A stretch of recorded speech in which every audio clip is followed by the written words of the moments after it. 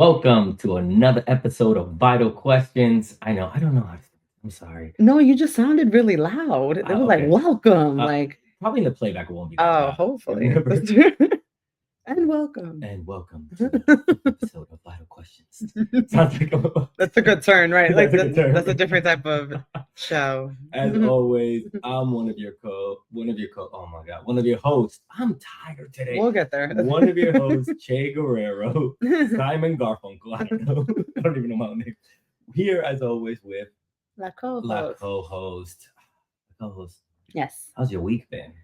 It's been long. Mm-hmm. There's per usual a lot happening. Mm-hmm. I'm also a little sore because I went to the gym today, Nice. and when you go a little too hard because you thought you had stamina and you thought you were strong, and then by the end of the day, you're reminded of your age and your stamina. That's where we're at. Yeah. So there's pain happening in like leg areas. I commend you because I'm very much on taking things slow. So I went once last month. Nice. And I'll go again in 3 weeks. Nice. And then if I go 5 times in a year, I say, man, I did better than last year. Nice. Well, at least that's something. That's something for you. But it's been as always, the week just everything mashes together and it seems like it's been forever. Right. Let's just get into it. Let's get into the first thing of this episode. I want to start with Cory Booker. Yeah, throwback to our last episode. Anybody who saw the clip I posted last week and automatically started sending me messages about all the terrible things that Cory Booker has voted on and his policies, I thank you for correcting me. I really do. I mean, but also in all fairness, we did try to address the fact that he has had problematic policies and all of that. I think what we didn't realize in the moment, because we found out afterwards through the comments, and again, thanks for the comments. That's why it's important to leave comments. Is that he shortly after, the monumental speech that it was right. It was record breaking. He also voted problematically. Yeah, we actually to put it lightly. Yeah, we have it right here. Let's show you guys. Right after this vote, right after this historic speech, right? Which in the historic speech, we did a little research, and we found an article that says he barely, in the 25 hours he gave that speech, first issue, he barely talked about Gaza. The only time he mentioned Gaza was in one of the references was that the lie that they're sending condoms to Gaza. So that's how little his actual, referencing of Gaza and the atrocities that are happening was actually brought up. Right. So that's one of the biggest critiques of that 25-hour speech. Which is fair because, again, it was 25 hours. And for as valid and important as all the atrocities that have been happening are, there was time. You can't say that there wasn't time. There was time. And then, you can kind of be like, okay, he didn't bring it up. It's terrible that he didn't bring it up. But then he just solidified just how much he's not willing to stand up for the Palestinian people with the vote he did the next day. Right. Bernie Sanders, he brought a bill, right, that would stop the sale of weapons to Israel. And Cory Booker voted against it. Yeah. Essentially not to stop the weapons continuing to go to Israel or the Palestinian people. Why? Why? You just, went through this Herculean effort of standing for 25 hours and speaking for everyone and speaking against social injustice and speaking for civil rights and speaking for human rights and all these things that are all happening at the other part of the world. And you have the center stage to address that as well. Yeah. And that's where I understand the criticism of people talking about I understand the criticism of people talking about Cory Booker and his stance and the voting. And then, a lot of people online are like, man, you're criticizing this dude. Nobody's ever going to be perfect. Right. And then which admittedly I've thought also. Right. Yeah. But the thing is that we are asking Cory Booker not to send weapons to kill children. And innocent people. Yeah. Women, children, innocent people. But he cannot deliver on that for us. And that's where I cannot fully put my trust Mm-hmm. in someone like Cory Booker because he's willing to vote to hurt people. Right. And how much further is he going to go that I don't feel comfortable with? I cannot just be like, well, yeah, he's willing to hurt, innocent people in Palestine, but he's not willing to hurt me. Well, if you're willing to hurt them, how do I know that your next step won't be to hurt me? I'm sorry. I don't have that kind of luxury. And I don't want to have that kind of life where I have to sacrifice some people for my safety. Right. I don't trust you if you're hurting people and you're telling me you're not going to hurt me. Right. Yeah.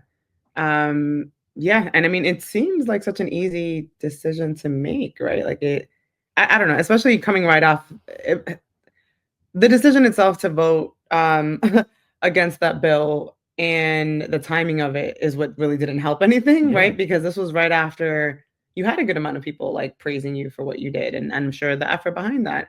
But to the point, you just, soured every kind of good grace you just developed from that speech that you just did. So it's just really unfortunate. And like I said, I have been of the mindset of, well, no one's perfect, and you're never going to have a candidate or someone in politics that is going to address every issue under the sun, right? Like that's just not realistic. Mm-hmm. There's never going to be the perfect person that's going to take every single issue that everyone wants to address. But agreed that it's also incredibly unfair to ask this whole population of people to put their interests aside when people are dying every single day at the thousands and have been for years and decades. And, I can't even speak to how long, right? Exactly. So that's also insane to ask of people. And I think that is a very reasonable thought. Yeah. Right. Like, I don't think that's that crazy to think. Right. So for everyone that's like, oh, don't criticize Cory Booker, especially after what he did for us. Agreed that what he did was wonderful, but there is this other side of things that has been in the background for way too long. Yeah. And listen, I could forego some things that maybe a candidate does that I do not fully align with. Like, I want healthcare for all. Maybe Cory Booker is like, hey, maybe healthcare could be, not maybe a much cheaper system, right, or whatever. Okay, great. He's maybe not getting me the full way I want with healthcare, right, but he's still willing to move. Right. That I could be like, okay, let's still vote for Cory Booker. But when he is willfully voting to send weapons that kill innocent people, I'm sorry. That is not the candidate I do want to support. Right. So, I don't like when these candidates sign their names on these bombs. I think you didn't know that they did that. Yeah, no, I had no idea. And I just don't understand as a human, how do you do that? How do you, like, bad enough that it's already happening, bad enough that bombs are going to go out and hurt innocent people. Then on top of that, you tag it up? You put your signature sincerely, like, really? This is what you're doing? And you take pride in, and there's pictures that are taken at these things? Yeah. Like, I don't understand why. Like, how is now, that? I'm not saying Cory Booker has done this, but no. Seen Democrats like Ben Shapiro, the governor of Pennsylvania, he's done that, and I've seen some other Democrats do that. I just don't understand what that does for you as a person. I don't understand. But see, but here's the thing: for every, for a Cory Booker, there's a Jasmine Crockett, and these are the kind of people that I'm like, this is what's up. Jasmine, I know people are gonna be like, Jasmine Crockett, you don't know she did this. Send it to me. Send me because what she did, because I every time I see her talk, every time I see her stand up for the right thing, every time I see her be passionate, send me what you think, so then I can make a whole assessment. Because Cory Booker really changed my mind on that. Yeah, and it's not just about like, oh, you don't think, like I was saying, like, oh, nobody's gonna be perfect. It's like, no. There's a certain level, and there is. Like I said, I just don't want people voting for bombs to be dropped on innocent people. Right. So I think Jasmine Crockett so far so good, but but I did like this. I wanted to bring this up that she talked about immigration.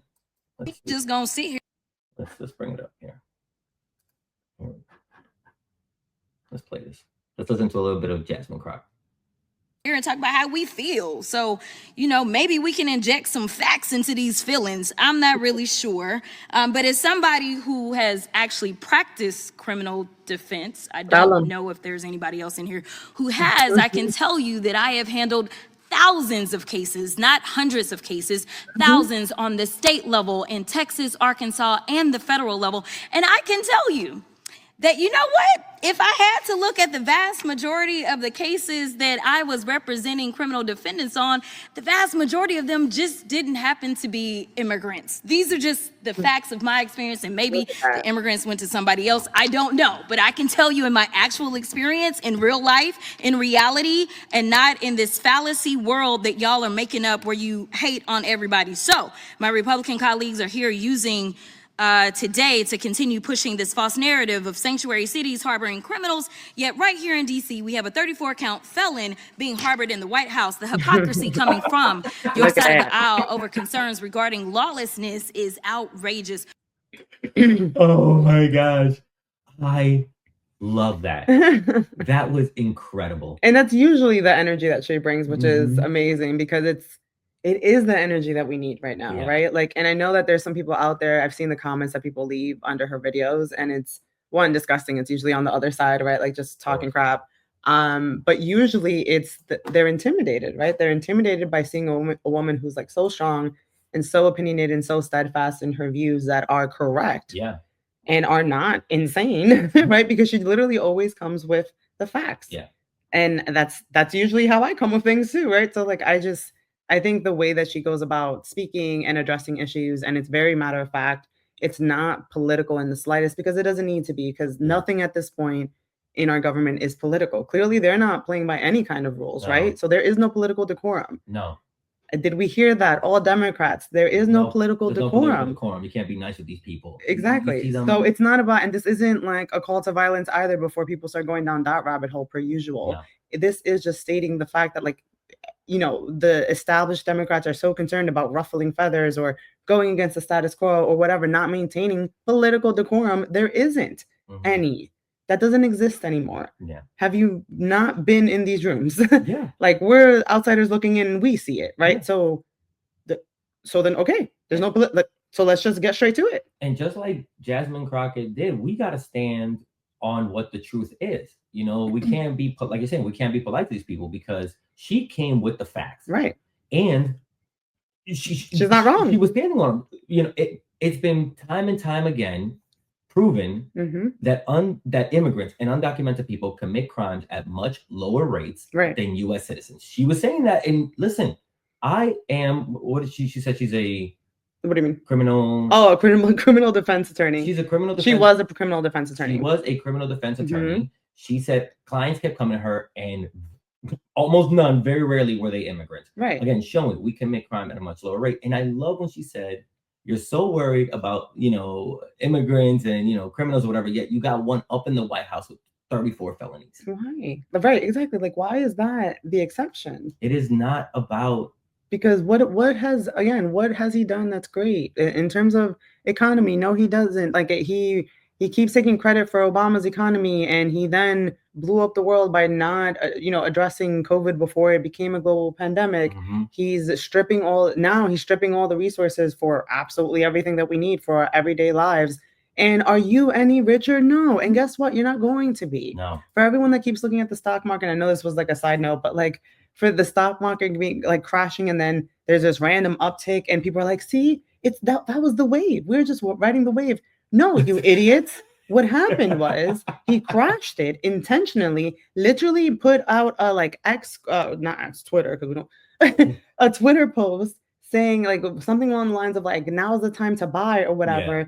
Which in legal terms is insider trading usually. That is what everybody's saying. Because that's exactly what the hell that is.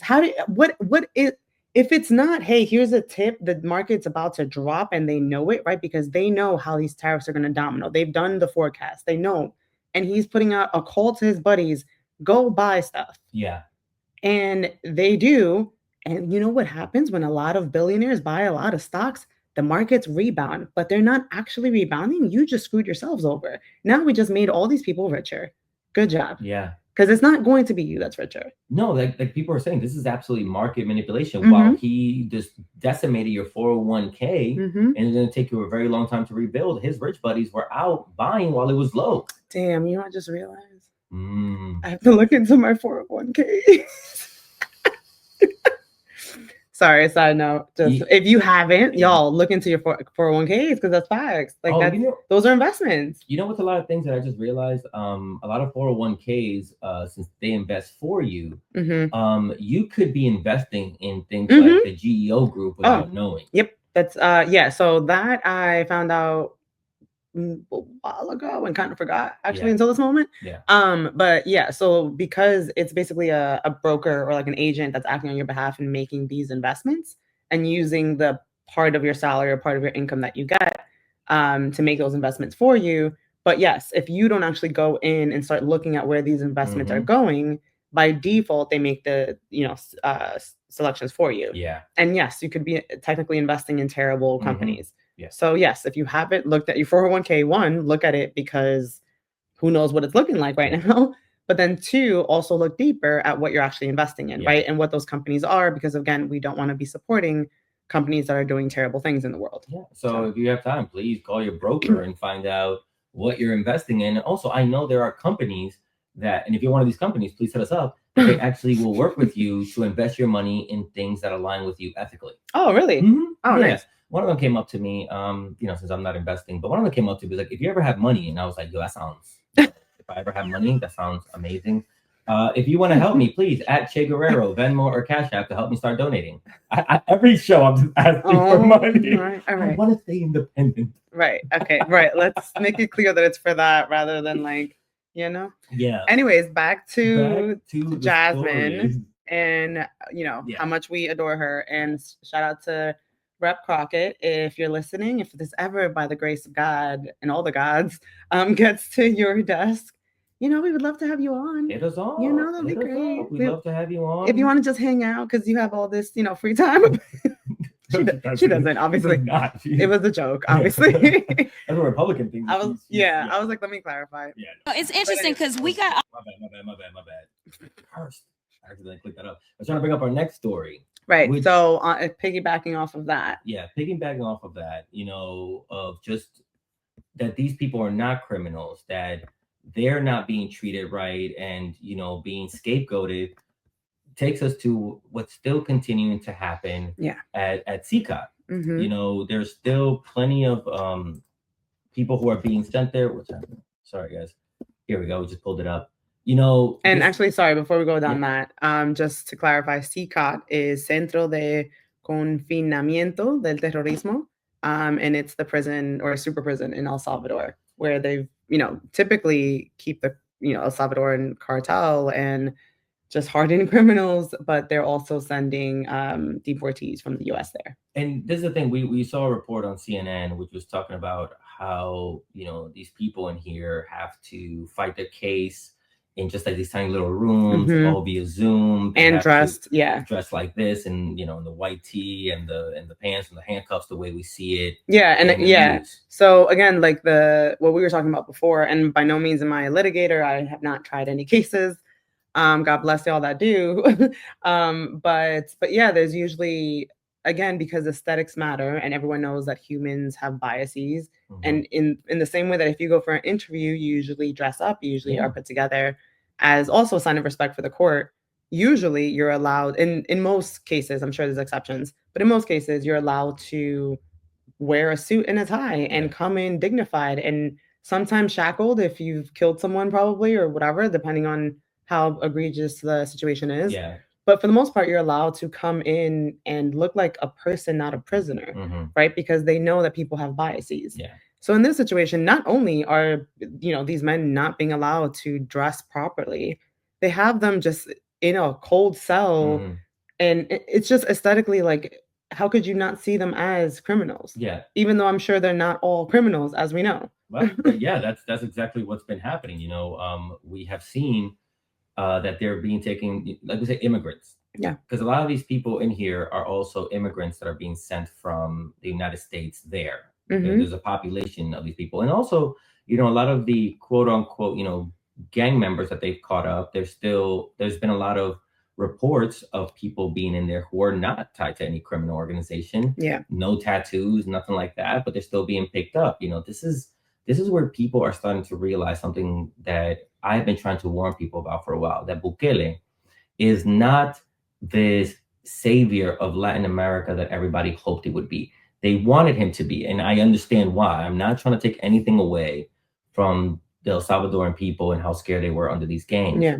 So I understand why being so afraid, having a quote unquote strong man come in and take away the Constitution, warp it, install loyalists, round up all these criminals, and your streets are clean. Right.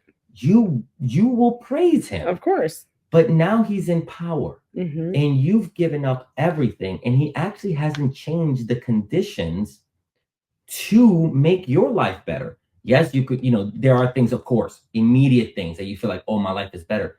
But in time, since none of these structures that create pandilleros, gang members or whatever, if they're still in place, there's going to be a new generation brewing up. You're saying the societal, like the socioeconomic structures that exist. And that's why at CCOT, they keep saying, we are not going to stop this state of emergency until every single gang member has been picked up. But if you're still creating gang members, right, your mission will never end.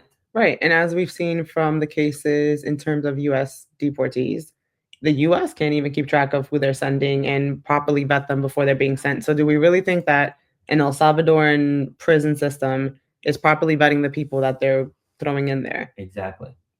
And a report that was done shows that out of the 238 men who were sent to El Salvador, 75% of them had no criminal record. And this is the men sent from the U.S. Sent from the U.S. Yes. To El Salvador. 75% of them do not have any kind of criminal record, and they're in this location, right? Which we found out. Because for those listening at home, it's still in CCOP, but it's like something called like Section 8 or Unit 8 or it's a different building. It's a different building or structure. And in this building, they're holding the detainees from the United States. Right, but as part of this CNN tour, that building was not approved for viewing, so they weren't able to actually go to that area. They just saw it from a distance. And they say that all detainees, all prisoners inside this facility get the quote unquote same treatment. Exactly. But why didn't you want people to go in there? These people are all about showing that, they can grab these gang members and put them in chains and walk them through and do all this stuff. Right, exactly. It's always been about the show. Why aren't they showing where the detainees are then? Right, exactly. Like, why isn't it that we haven't had a video of, and this is where we have the detainees, this is so-and-so who was detained, this is blah, blah, blah, right? Like, if we were, like, calling in a wellness check, for example, like, let's say we, as a population of decent humans who care about others, we're calling in for a wellness check for this population of humans that were deported. Which 75% of them have no criminal record whatsoever. So what's going on with them? What's happening? Are they okay? Are they eating properly? Are they having 3 meals a day? Like, we're getting reports that they're not. Like, there's nothing to counteract all the terrible news stories that are coming out of this. And I don't think they care, right? So again, then what is, to your point, everyone keeps thinking Bukele is this great person that came to save everyone. But if they're able to do this to non-criminals, just start locking people up and shipping them off over there, do we not see the domino? That's unfortunately when people are afraid and they just feel like there's nothing but danger in their way, they'll give up a lot of rights. And that's sort of what's been happening right now with all the fears against immigration or whatever. And that's what Jasmine Crockett is trying to say, like, it's not real. It's not real. Right. Like what you've been hearing, and like everyone's been taking things on face value. Whenever they hear anything about immigrants or the undocumented community, it's always, oh yeah, that makes sense. That sounds right. Because our media portrays it that way. Because people keep hearing crap and then repeating it without looking it up on their own. Because whatever your racist reason is here, they're like, and it's just not true. It's not. And this is what has led to all of this. This is what's led to countless amount of people that are incarcerated right now that we know are innocent. And I mean, I wish, there was that clip that we saw from Jimmy Kimmel where he put how Fox News viewers versus, viewers of MSNBC or CNN live in two different worlds. Right. The stock market was crashing and CNN's like, the stock market is crashing. Meanwhile, you have Okay, yeah, I actually got the video. Oh, okay, cool. Yeah, let's play it. Okay, awesome.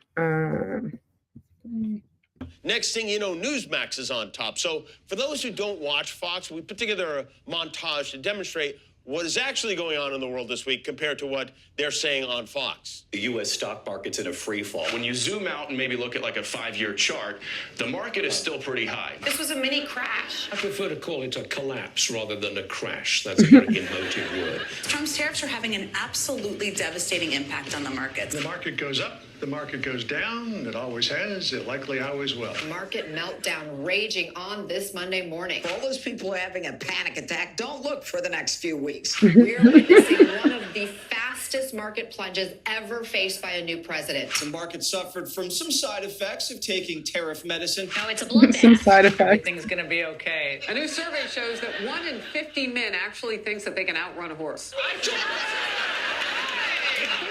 That was random. Oh, all right.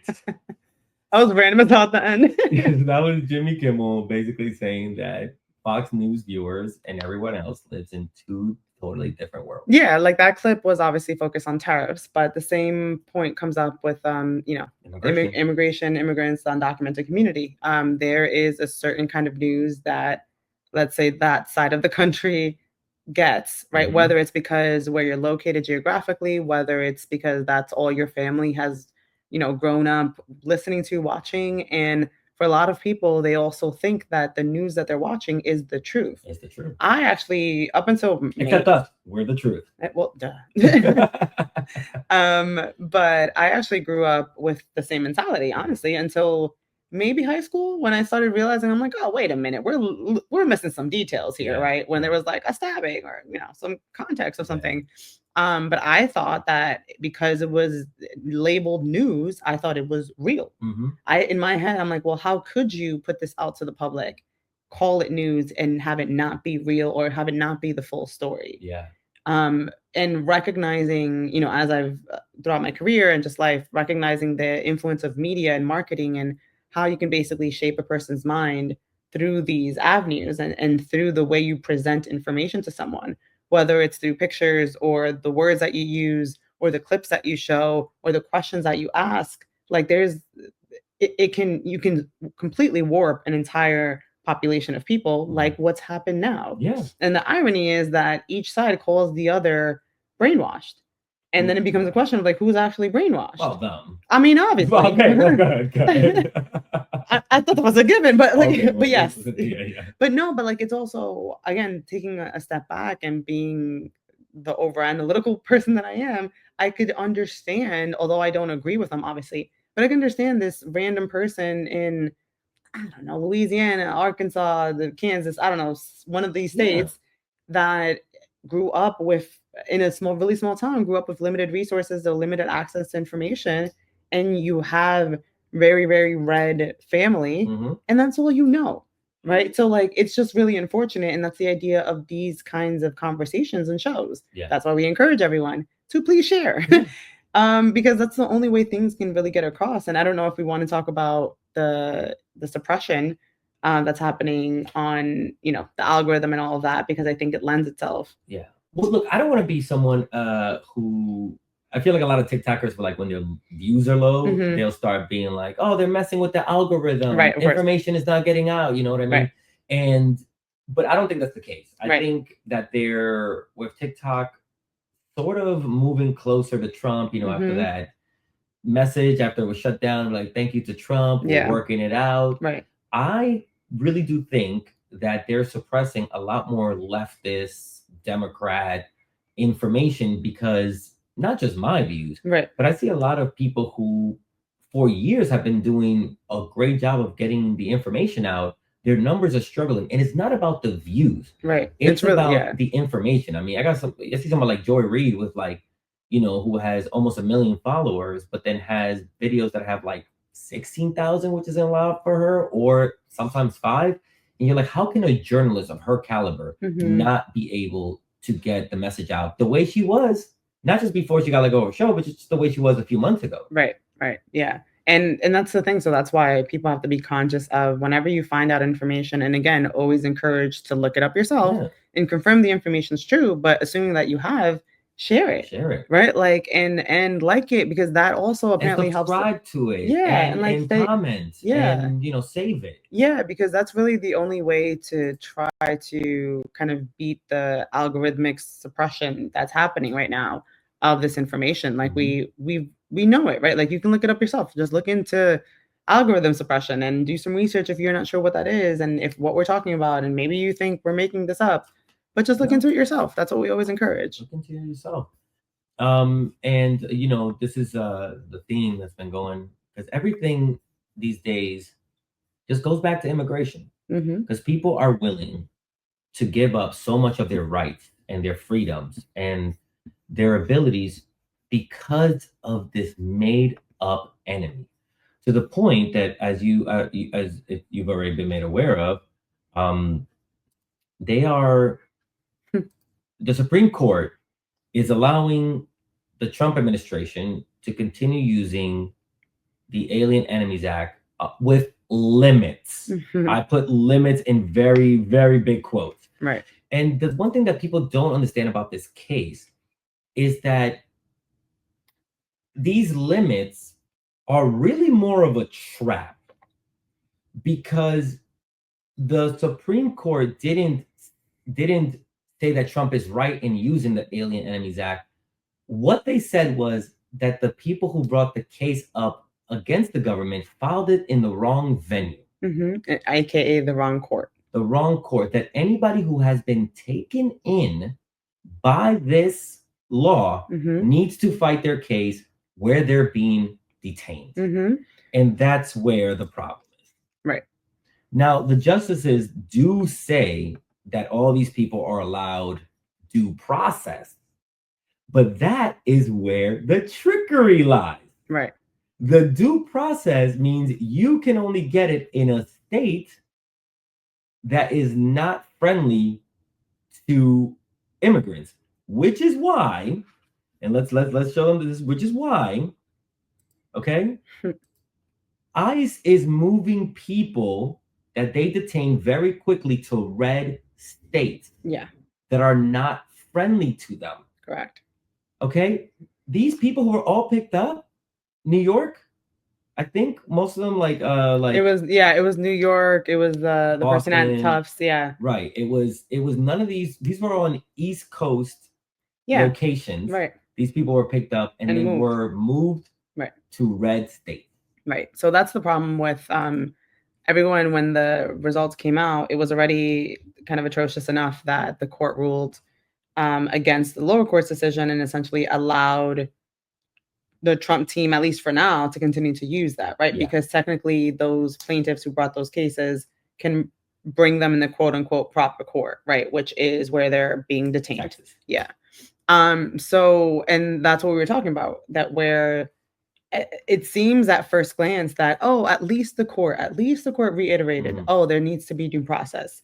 And then we started talking about, well, wait, what is due process, right? Like you have a fair shot your day in court, and you're being told what you've done wrong, what's your crime and all that, right? You're allowed to defend yourself.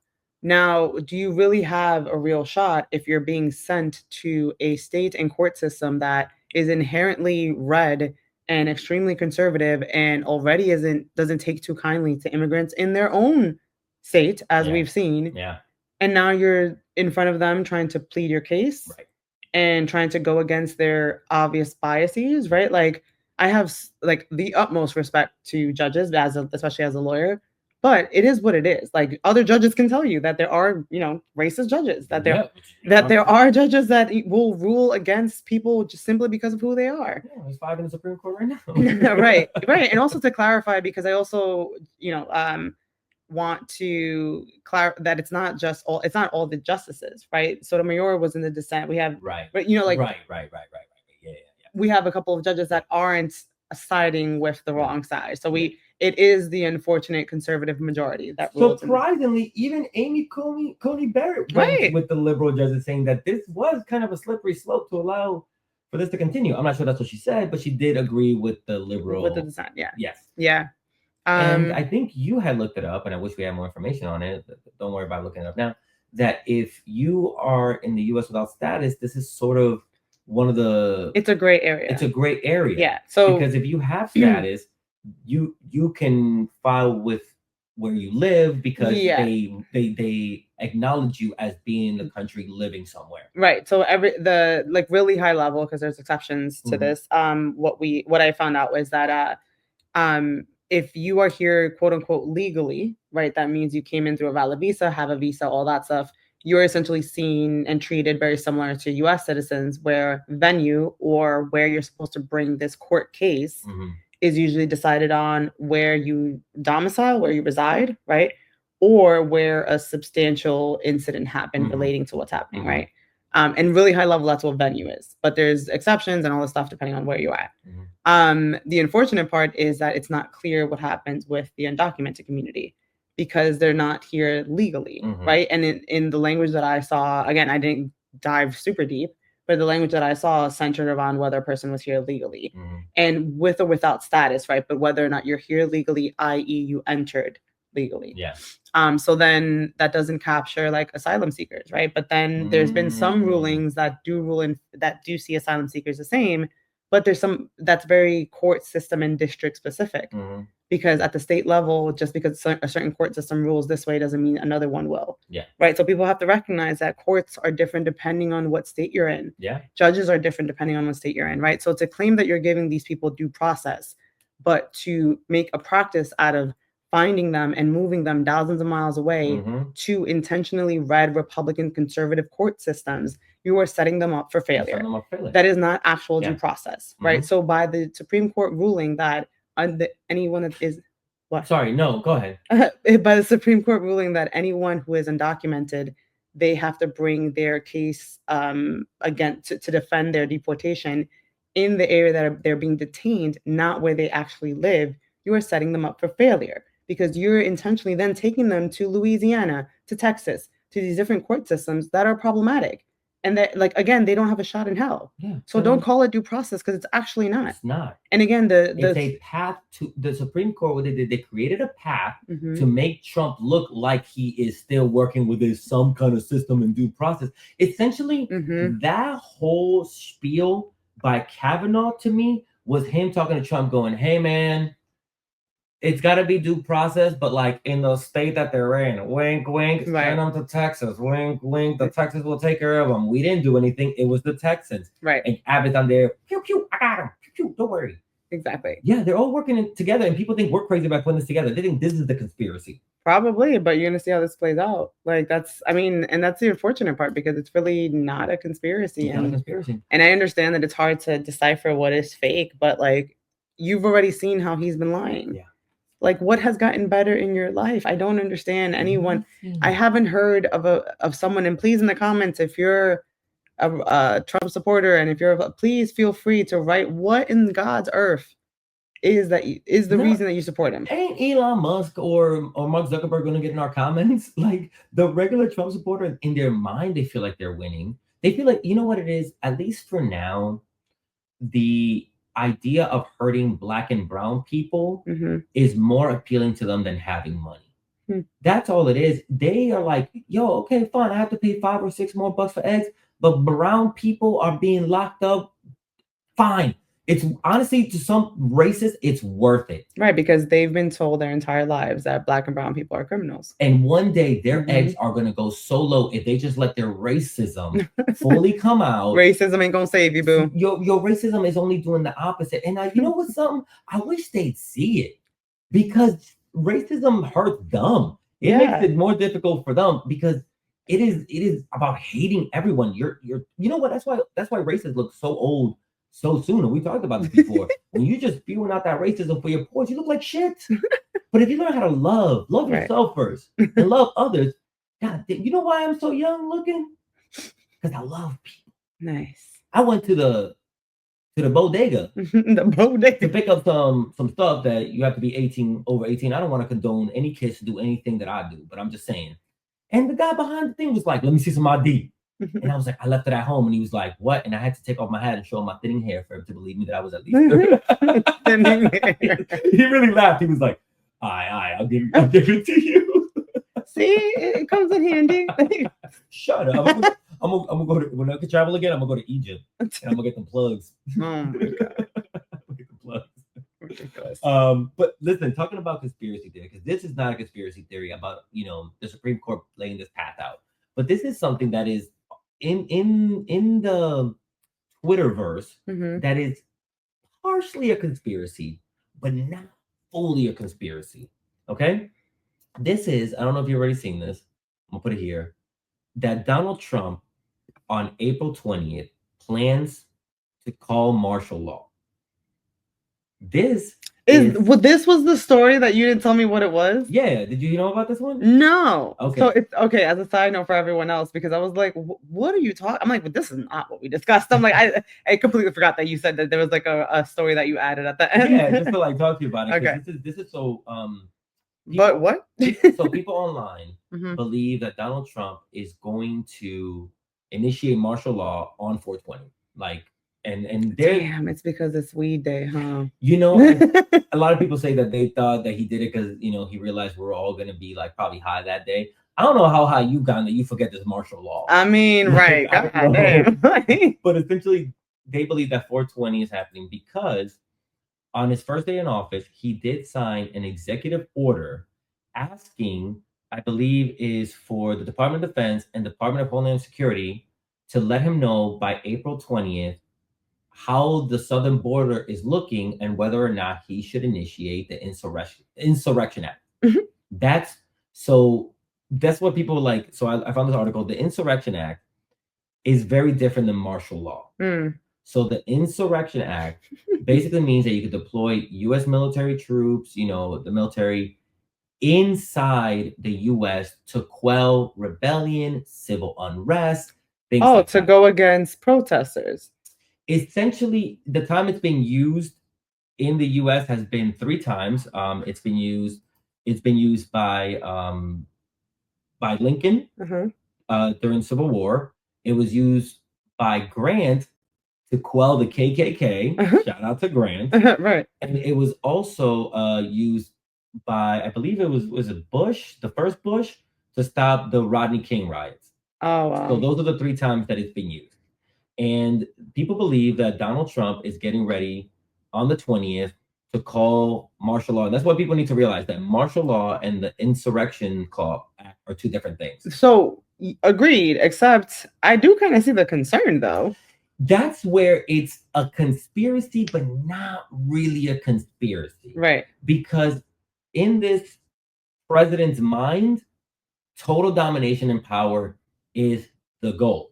So he's waiting for a report on the 20th to let him know whether or not he should initiate the Insurrectionist Act to see if he could use it on immigration. But it's not so far-fetched that he'll push it farther, to just essentially bypass Insurrection Act, because the Insurrectionist Act, again, it's just to deploy the military to quell unrest. Martial law takes away liberties. Well, so taking a step back though, like I still think the Insurrection Act, the whole idea of like quelling what they can call anything unrest. Exactly. They can call absolutely anything unrest. That's what would happen. He can say that the hands-off marches. That's exactly what he would say. Are good enough of a reason for him to have to enact the Insurrection. Wait a minute. Isn't the next handoff march April 19th? The next handoff of what? Hands off protest. Isn't that April 19th? Oh, I do not know. There's supposed to be other hands-off protests? I think so. We're looking up right now. Oh, April 19th. You see it? Nationwide anti-Trump protests are expected on April 19th. All right, here we go. I found it. All right, great. Here we go. So yeah, so you're right. There are protests being planned on the 19th. So, okay, and that's why I want to say it now. So what's today? Today is April 10th. It is 6:22 p.m. Okay. Thank you for clocking us. I'm just saying, no, there's a reason. Yeah. Because I have a theory. It's a terrible theory, and knock on wood, it doesn't actually happen because Jesus. But I have a theory that if April 19th, there's protests everywhere, he's going to use that as an excuse to enact the whatever and saying like everyone's out of control. Yeah.